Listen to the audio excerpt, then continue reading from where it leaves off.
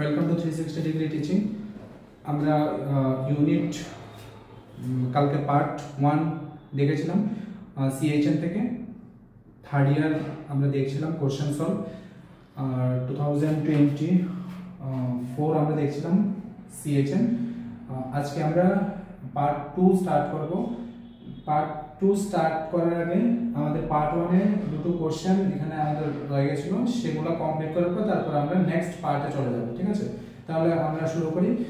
Previous ক্লাসে আশা করি কোথাও কোনো বুঝতে অসুবিধা হয়নি। যেভাবে কোশ্চেনগুলোকে সলভ করে দেওয়া হচ্ছে তোমাদের কাউন্সিল এক্সামের জন্য, এটা একটা তোমাদের জন্য মানে সবকিছু রেডিমেড একটা সিস্টেম, যেখানে তোমরা জাস্ট একটু পড়বে আর গিয়ে এক্সামে লিখবে। ঠিক আছে, এখানে আর এক্সট্রা কোনো কিছু করতে হবে না। তো এটা একটা তোমাদের জন্য বেস্ট এবং গোল্ডেন চান্স যে তোমরা সবকিছু একবারে রেডিমেড তোমাদের অ্যাপের মধ্যে হাতের মুঠোর মধ্যে পেয়ে যাচ্ছ, যা এবং তোমাদের এক্সামে এই কোশ্চেনগুলোই আসবে, এক্সামে ভালো স্কোর করতে পারবে। ঠিক আছে, তাহলে আমরা শুরু করতে যাচ্ছি পার্ট 1 এর রিমেইনিং পার্টটা, তারপর আমরা পার্ট 2 তে চলে যাব। তো আমরা দেখছিলাম সিএইচএন কমিউনিটি হেলথ নার্সিং 2024 এর কোশ্চেন।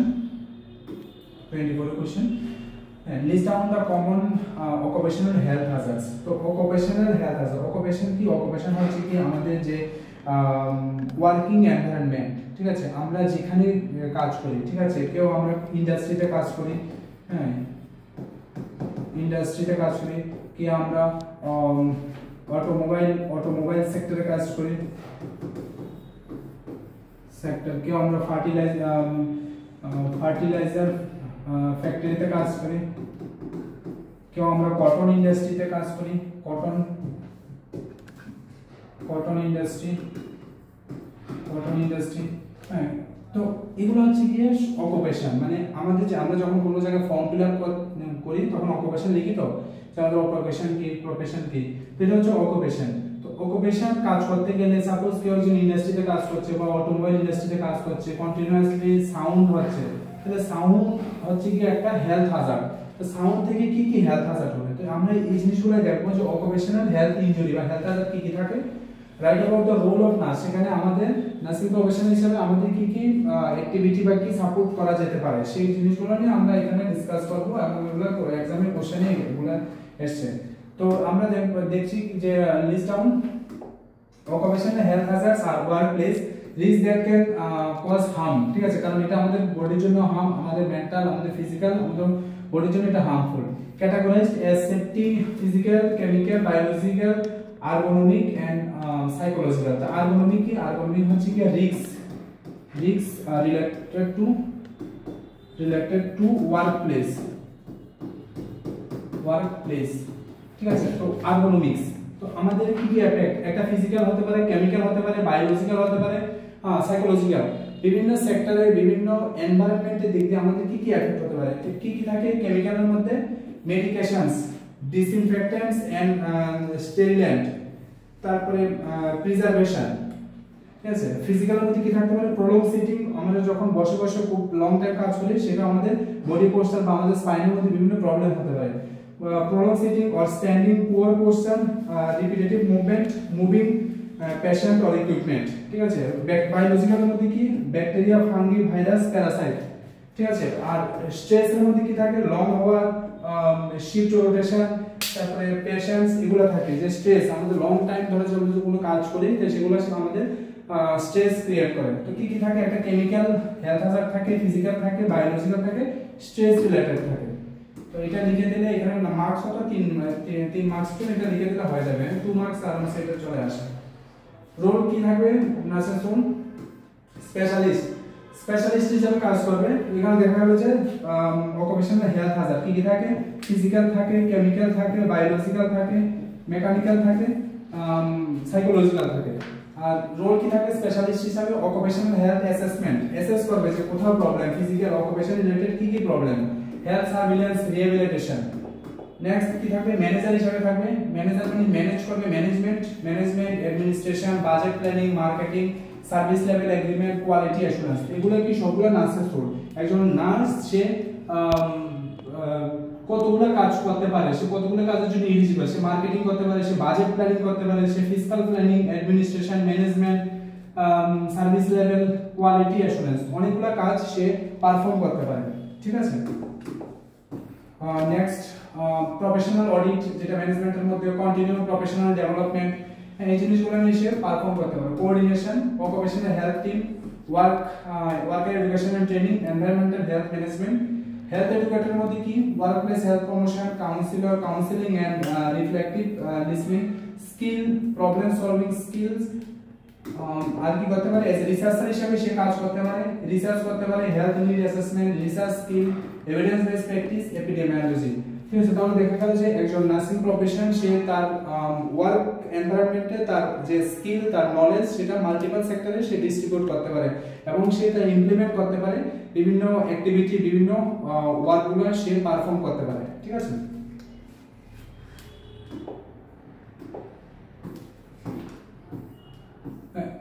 এখন আমরা দেখব ভাইটাল স্ট্যাটিস্টিক্স। তো ভাইটাল স্ট্যাটিস্টিক্স কি, যখন আমরা দেখেছি কোথাও বার্থ হচ্ছে, কোথাও ডেথ হচ্ছে, কোথাও ম্যারেজ হচ্ছে, কোথাও ডিভোর্স হচ্ছে। ঠিক আছে, তো ভাইটাল স্ট্যাটিস্টিক্স হচ্ছে একটা ক্যালকুলেশন কিসের উপরে বেস করে, সেটা বার্থ, ডেথ, ম্যারেজ, ডিভোর্স। ঠিক আছে, তো যে হেলথের যে ডাটাগুলো থাকে সেই ডাটাগুলোর উপরে বেস করে সেই ক্যালকুলেশন, সেটা ভাইটাল স্ট্যাটিস্টিক্স। হ্যাঁ, স্ট্যাটিস্টিক্স আর conventional numerical record. Numerical means এখানে নাম্বার থাকবে, সব নাম্বারে ক্যালকুলেট হবে, 100 যতগুলো নাম্বার আছে সব নাম্বার মধ্যে ক্যালকুলেট হবে। Record of marriage, birth, sickness, death, by which the health and growth of a community may be studied. কে দিল? বেঞ্জামিন। তো বেঞ্জামিন কি ডেফিনেশন দিল? বেঞ্জামিনের ডেফিনেশন এখানে দেওয়া আছে যে ভাইটাল স্ট্যাটিস্টিক্স কি একটা নিউমেরিক্যাল রেকর্ড, একটা নিউমেরিক্যাল ডাটা যেখানে কতগুলো নাম্বার থাকে সেটা বেস করে তার বার্থ, ডেথ, সিকনেস, ইলনেস এগুলোর উপরে বেস করে। ঠিক আছে, আমরা কেন ভাইটাল স্ট্যাটিস্টিক্সটাকে ইউজ করব বা কেন আমরা স্টাডি করব? To evaluate impact of various national health programme. ঠিক আছে, দেখা যাচ্ছে কতগুলো হেলথ প্রোগ্রাম ইমপ্লিমেন্ট করা হয়েছে। To plan for better future assessment, future measures of disease control, to describe the level of community health, to diagnose community illness, to discover solution to health problem, to promote health logistics, to create administrative standard, to know the meet and unmet needs, to know the meet and unmet needs. তো এতগুলা function আমরা vital statistics থেকে দেখতে পাচ্ছি vital স্ট্যাটিস্টিক্সটা কেন important. What are the source of vital statistics? আমরা vital statistics এর ডাটাগুলো কোথা থেকে পেতে পারি? আমরা সেন্সাস থেকে পাই। ঠিক আছে, তো প্রতি 10 বছর পর যে সেন্সাস হয়, ফার্স্ট সেন্সাস কবে শুরু হয়? 1881 এ শুরু হয়। আর লাস্ট সেন্সাস কবে হয়? 2011। নেক্সট সেন্সাস কবে হওয়া ছিল? 2021 হওয়া ছিল, বাট কোভিড এর জন্য সেটা ক্যান্সেল হয়ে গেল। নেক্সট সেন্সাস কবে হওয়া? 2024-5। ঠিক আছে, এর মধ্যে হওয়ার প্ল্যান আছে, দেখা যাক সেটা হয় কিনা। Registration of vital event, sample registration system, SRS, এটা কিন্তু ফুল ফর্ম জিজ্ঞাসা করে। তারপর notification off disease, hospital record, disease register, record of linkage, epidemiological surveillance, environmental health data, man power statistics, other health service. তো আমরা যখন vital statistics এর কোনো ডাটা কালেক্ট করব, সেই ডাটাগুলো কোনো একটা পার্টিকুলার সোর্স থেকে আমাদের নিতে হবে।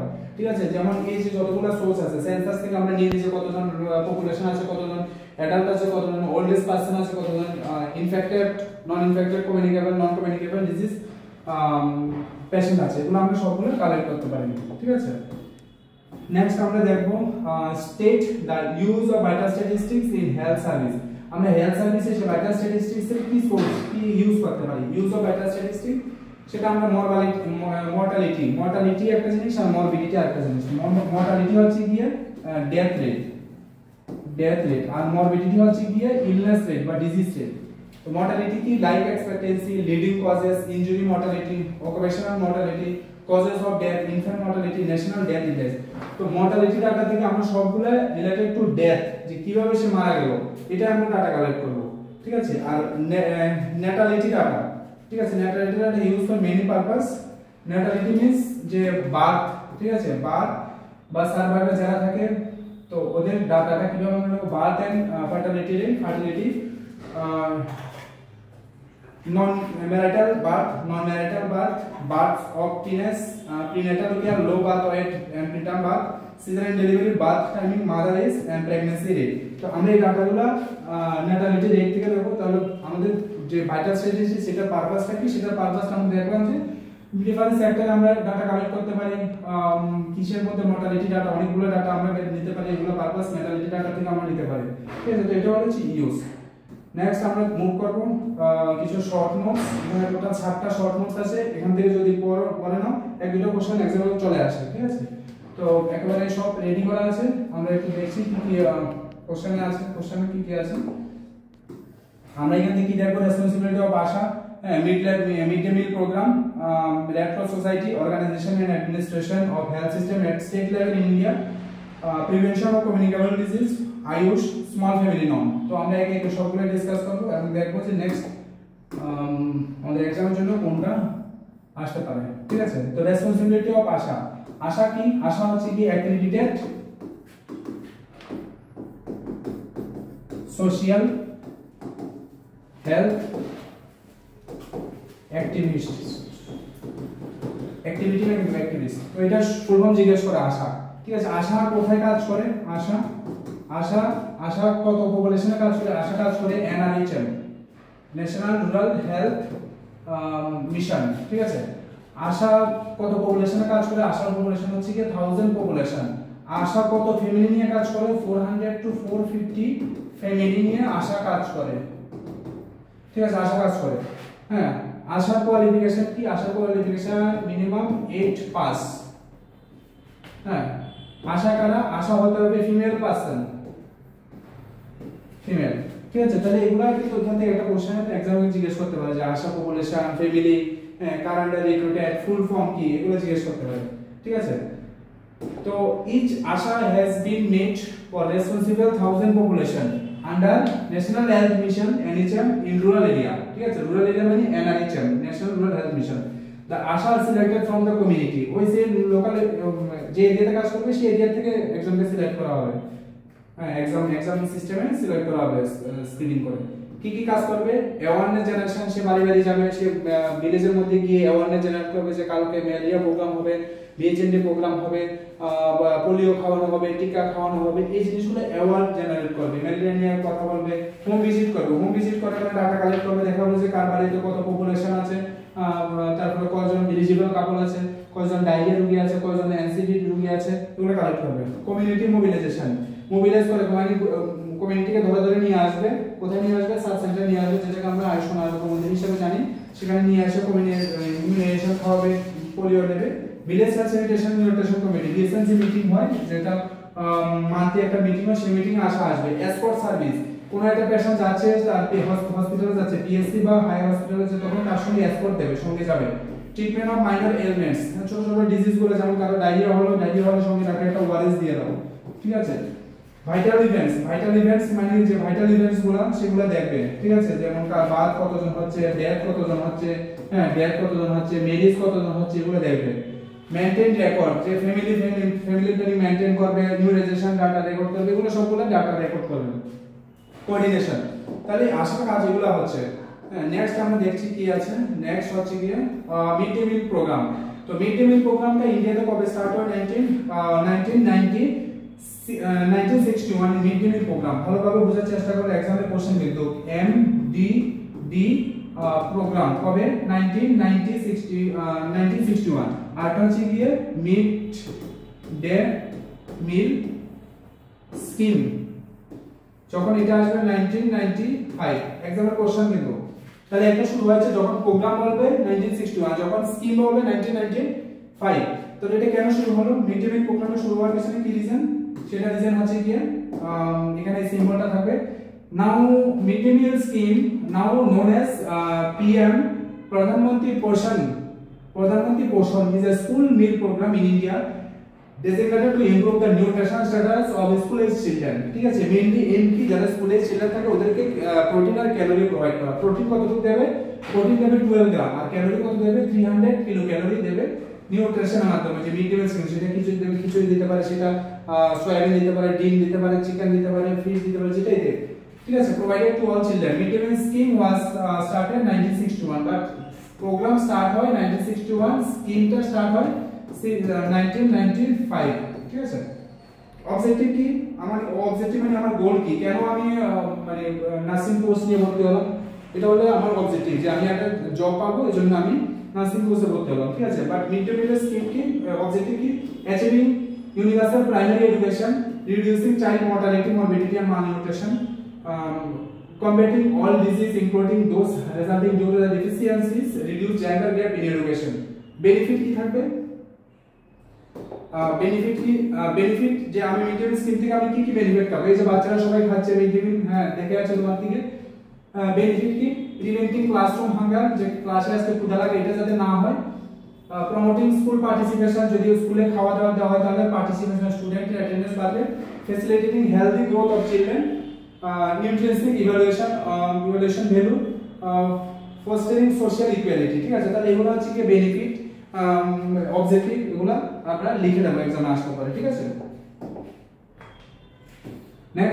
নেক্সট আমরা কি দেখবো, নেক্সট হচ্ছে কি রেড ক্রস সোসাইটি। তো রেড ক্রস সোসাইটি কি এই সিম্বলটা দিয়ে, একমাত্র এই সিম্বলটা কিন্তু রেড ক্রস সোসাইটি ইউজ করতে পারে। Indian red cross society IRCS এই সিম্বলটা ইউজ করতে পারে, এই যে প্লাস সিম্বলটা, ঠিক আছে। Red cross society, the red cross society was established in 1920, ঠিক আছে। অ্যাকচুয়ালি এটা 1919 এ শুরু হয়েছিল, হ্যাঁ 1920, and is a voluntary humanitarian organization with over 1100 branches throughout the country. তাহলে ইন্ডিয়াতে কতগুলো ব্রাঞ্চ আছে, 1100 ব্রাঞ্চ ডিফারেন্ট স্টেট ডিস্ট্রিক্টে এগুলো আছে। aim কি to help the promote and develop the activities of the red cross, to recognize the merits of the individuals, to provide the support to staff, to relieve the sick and without the distinction of nationality, to roll out the humanitarian service, to provide the first aid and nursing health education. তাহলে ultimately red cross society কি, red cross society হচ্ছে কি ওরা volunteer service দেবে। কোথাও flood হচ্ছে, কোথাও কোনো ফায়ার সেটিং হচ্ছে, কোথাও কোনো দুর্ঘটনা ক্রাইসিস, যেখানে যেটা হয় রেড ক্রস সোসাইটি ছুটে আসে, এসে কি করে যারা পপুলেশন থাকে, যারা পিপল থাকে ওদেরকে হেল্প করবে, ওদেরকে শেল্টার দেবে, ওদেরকে খাবার দেবে, ওদেরকে ডিজিজ প্রিভেন্ট করবে, ওদেরকে মেডিকেল সার্ভিস দেবে। এই সমস্ত কাজগুলো কে করে, ফ্রি অফ কস্টে রেড ক্রস সোসাইটি করে। 7 ফান্ডামেন্টাল রুল, ওদের কি রুল থাকে, ফান্ডামেন্টাল রুল, হিউম্যানিটি, এগুলা 7টা আছে, ঠিক আছে, আগে পড়ে লিখলে অসুবিধা নেই। ইম্পার্শিয়ালিটি, হিউম্যানিটি মিন্স ওরা মানুষের জন্য কাজ করে, মানুষের প্রতি দয়াশীল থাকবে, সহানুভূতি থাকবে। ইম্পার্শিয়ালিটি মানে সব পায়ের জন্য সেভাবে কাজ করে, এমন না যে যারা বড় লোক ওদের জন্য বেশি কাজ করবে, যারা কম পয়সা তাদের জন্য কম কাজ করবে, এরকম না, সবার জন্য ইকুয়ালি কাজ করবে। নিউট্রালিটি, নিউট্রাল মিন্স ইকুয়াল, আমরা যখন বাইক চালাই বা গাড়ি চালাই নিউট্রাল থাকে তো। ইন্ডিপেন্ডেন্স, ওরা ইন্ডিপেন্ডেন্সে কাজ করবে, যে ওদের কাজের মধ্যে কোনো যাতে প্রবলেম না হয়। ভলেন্টিয়ার সার্ভিস, ওরা ভলেন্টিয়ার ফ্রি অফ কস্টে দেবে। ইউনিটি থাকবে, সবাই একসঙ্গে কাজ করবে, সবাই একসঙ্গে মিলেমিশে কাজ করবে, এটা নিউট্রাল। ইউনিভার্সালি, একদম পুরো ইউনিভার্সালি ওরা কাজ করবে। সার্ভিস কি দেবে, সার্ভিস দেবে ওরা to provide the emergency shelter, যেখানে ক্রাইসিস বা কোনো ফ্লাড বা যেটাই ডিজাস্টার হয় সেখানে শেল্টার দেবে, থাকার জায়গা দেবে, খাবার দেবে, মেডিসিন দেবে। ডিজাস্টার রিলিফ করবে, promotion of volunteer blood donation camp ওরা করবে, কালেকশন অফ ব্লাড ট্রান্সফিউশন, এই কাজগুলো ওরা করবে, ঠিক আছে। নেক্সট কি আছে, organisation and administration of health system at the state level in India. তাহলে এখানে কিন্তু তিনটে আছে, একটা হচ্ছে কি সেন্ট্রাল লেভেল, একটা স্টেট লেভেল, আর একটা হচ্ছে কি ডিস্ট্রিক্ট লেভেল, ঠিক আছে। তাহলে আমাদের যে হেলথ সিস্টেমটা আমরা সবাই এখন एग्जाम দেব, ঠিক আছে। আমরা সবাই एग्जाम দিচ্ছি, কার আন্ডার দিচ্ছি, আমরা এখন সবাই एग्जाम দিচ্ছি ডিস্ট্রিক্ট মেডিকেল এডুকেশন, ঠিক আছে। ডিস্ট্রিক্ট মেডিকেল এডুকেশনের আন্ডারে কারা থাকে, নার্সিং কলেজ থাকে, নার্সিং কলেজ যেটা আমরা নার্সিং কলেজ বা ত্রিপুরা নার্সিং কলেজ ওরা থাকে, ঠিক আছে। তো এটা একটা সিস্টেম থাকে। সেন্ট্রাল লেভেলে কারা থাকে, union ministry, director general of health services DGHS, central council of health DGHS, ঠিক আছে। ডিস্ট্রিক্ট লেভেলে কারা থাকে, ডিস্ট্রিক্ট লেভেলে থাকবে স্টেট লেভেলে কারা থাকে, state ministry of health, state health director. আর ডিস্ট্রিক্ট লেভেলে কারা থাকে, sub division, tehsil, taluk, village, municipality and corporation, panchayat. At the central লেভেলে কোশ্চেন কিন্তু আসেনি, তাও আমি অ্যাড করে দিলাম, যদি তোমাদের মানে পড়ার দরকার হয় বা নেক্সট এক্সাম যদি পড়তে চাইলে পড়ে নিতে পারো, ঠিক আছে। এখানে নোটটা দেওয়া আছে সেন্ট্রাল লেভেলে কারা থাকবে, at the central level organisation ministry of health and family welfare, আর কারা থাকবে, director general of health services and central council of health, ঠিক আছে। তো ministry of health and family welfare আন্ডারে কারা থাকবে, ডিপার্টমেন্ট অফ হেলথ থাকবে, আর কারা থাকবে, department of family welfare. Health এর আন্ডারে কারা থাকবে, সেক্রেটারি, ফ্যামিলি ওয়েলফেয়ার আন্ডারে সেম সেক্রেটারি কে থাকবে, সেক্রেটারি, জয়েন্ট সেক্রেটারি, এটা এখানে জয়েন্ট সেক্রেটারি, এখানে ডেপুটি সেক্রেটারি, এখানে ডেপুটি সেক্রেটারি, এরপরে অ্যাডমিন স্টাফ, অফিস স্টাফ। আর director general health service under কারা থাকবে? Additional director general health services, এর আন্ডার কারা থাকবে? ডেপুটি থাকবে, ডেপুটি, এরপর medical care, public care, general administration staff, office staff থাকবে। আর সেন্ট্রাল কাউন্সিল আন্ডার কারা থাকবে? Chairman, union health minister, member, state health minister ওরা থাকবে। ঠিক আছে, তো এখন আমরা দেখবো যে স্টেট লেভেলে কারা থাকে। আমাদের এক্সামে কোশ্চেন ছিল স্টেট লেভেলের কোশ্চেন দিয়ে। এট প্রেজেন্ট আমাদের ইন্ডিয়াতে কয়টা স্টেট আছে? 28 স্টেট এন্ড 8 ইউনিয়ন টেরিটরি আছে। ঠিক আছে, 8 union territory. With each state, সব স্টেটে কিন্তু আলাদা আলাদা প্রোটোকল বা অ্যাডমিনিস্ট্রেটিভ লেভেল থাকে। ঠিক আছে, স্টেট লেভেলে কারা থাকে? State ministry of health, state health director, দুটোই থাকে। তো স্টেট লেভেলে কারা থাকে? State ministry of health, state health director. State ministry of health আন্ডারে কারা থাকে? Ministry of health and family welfare, এর আন্ডারে থাকে হেলথ সেক্রেটারি, এর আন্ডারে থাকে ডেপুটি সেক্রেটারি, এর আন্ডারে থাকে administrative staff. State health director আন্ডারে কারা থাকে? DHI, director of health service, director of health and family welfare. ঠিক আছে, এরপর থাকে deputy director of health service, এরপর থাকে ফাংশনাল, রিজিওনাল। আর আমরা এখন কোথায় আছি? যারা আমাদের কলেজগুলো আছে সেটা হচ্ছে স্টেট হেলথ ডাইরেক্টর আন্ডারে থাকে district medical education, district medical education, এরপর থাকে প্রিন্সিপাল অফ মেডিকেল এডুকেশন, এরপর থাকে ভাইস প্রিন্সিপাল। ঠিক আছে, তো এটা আমাদের এই ছকটা লিখে দিলে কিন্তু হয়ে যাবে। ঠিক আছে, next prevention of communicable disease. তো কমিউনিকেবল ডিজিজ কি? যে ডিজিজগুলো একজন থেকে আরেকজনের মধ্যে স্প্রেড হয়, যেমন কি থাকে? কোভিড থাকে, আমরা কোভিড নিয়ে অনেক কাজ করেছি। কোভিড থাকে, এইচআইভি থাকে, টিউবারকুলোসিস থাকে, ডেঙ্গু থাকে, হ্যাঁ ডেঙ্গু থাকে, এরপর থাকে কি থাকে? চিকেনগুনিয়া থাকে, ম্যালেরিয়া থাকে। এগুলো সবগুলো একজন থেকে আরেকজনের মধ্যে স্প্রেড হয়। তাহলে আমরা সেটা কিভাবে প্রিভেন্ট করব?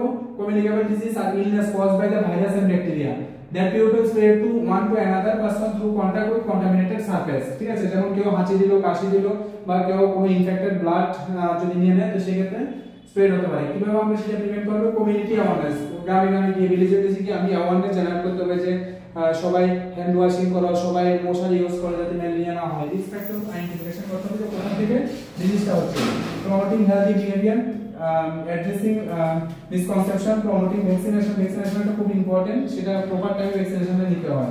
Monitoring immunisation coverage, addressing vaccine hesitancy, promoting good hygiene practice, ensuring safe water sanitation, safe food handling practice.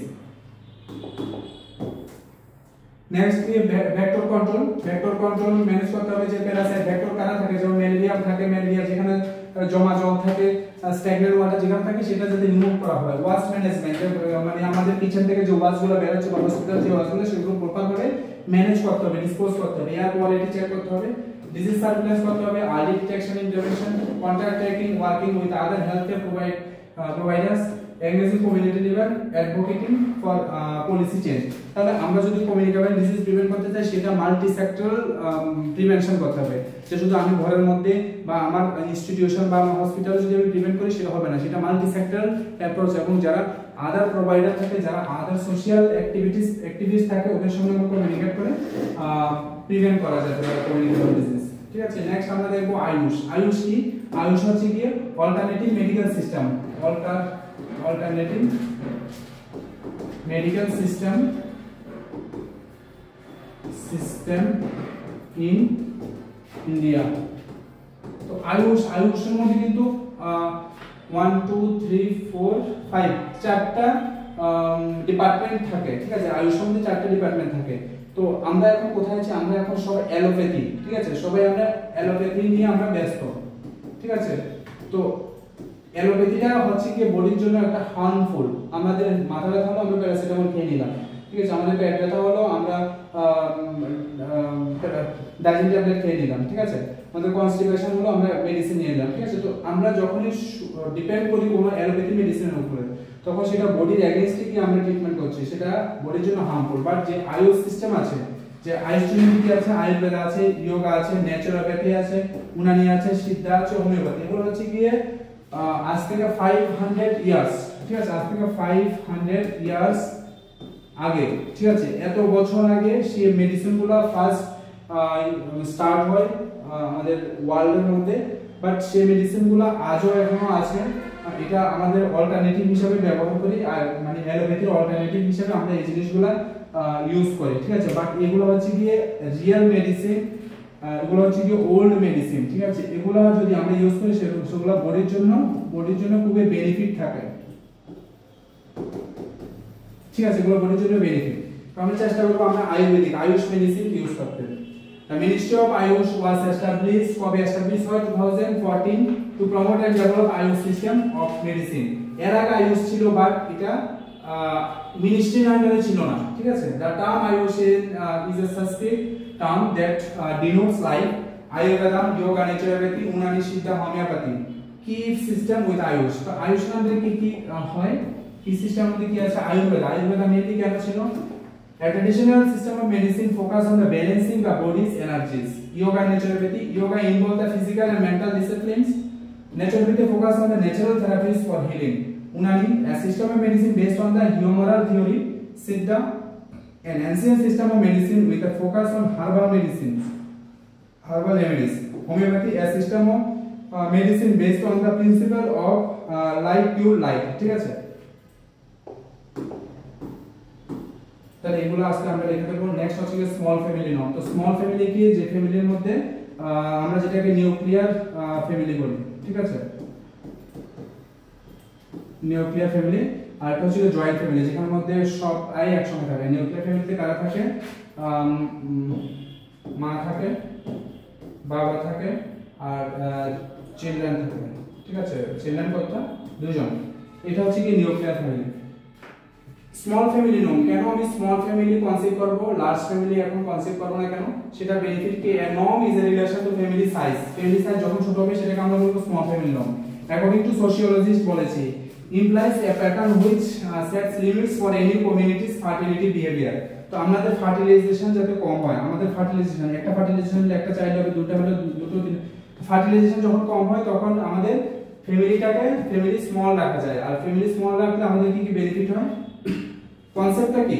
Concept theme of small family norm, son daughter two will do, মানে আমার দুটো বাচ্চাই নেব, সেটা ছেলে হোক বা মেয়ে হোক, দুটো মেয়ে হোক বা একটা ছেলে একটা মেয়ে বা দুটো ছেলে হোক, আমরা দুটোর বেশি নেব না, two will do.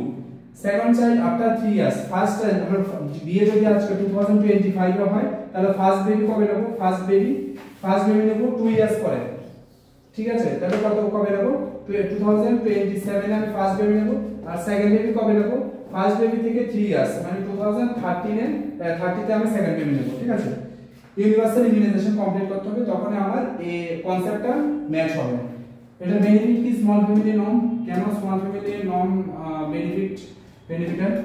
Improve the maternal and child health. হ্যাঁ, আমরা যদি একটা গ্যাপে নিই এবং যদি আমরা চাইল্ড কমে, সেটা ম্যাটারনাল এবং চাইল্ড হেলথ গুড থাকবে। Enhance educational opportunity, greater financial stability, increase parental attention, stronger family bonds, reduce stress and conflict, more equal distributed and parental responsibility, slower population growth, improve resource allocation, increase economic productivity। তো দেখা গেল যে ফ্যামিলিতে যত population বেশি থাকে সেই family economical background বা ইকোনমিক্যাল সিস্টেম অনেকটা উইক থাকে, এবং সেই বাড়িতে সেই ফ্যামিলিতে যে এডুকেশন সিস্টেম থেকে শুরু করে হেলথ সিস্টেম সবগুলো কিন্তু লো থাকে, ঠিক আছে। তো আমার ফ্যামিলি যখন ছোট হয় আমি ফোকাস করতে পারবো, প্রতিটা ফ্যামিলি মেম্বার উপর ফোকাস করতে পারবো, এবং গুড সার্ভিস, গুড নিউট্রিশন আমি ইজিলি প্রোভাইড করতে পারবো। তো এতটুকু পর্যন্ত হচ্ছে কি পার্ট 1 কমপ্লিট, পার্ট 1। এখন আমরা দেখব পার্ট 2।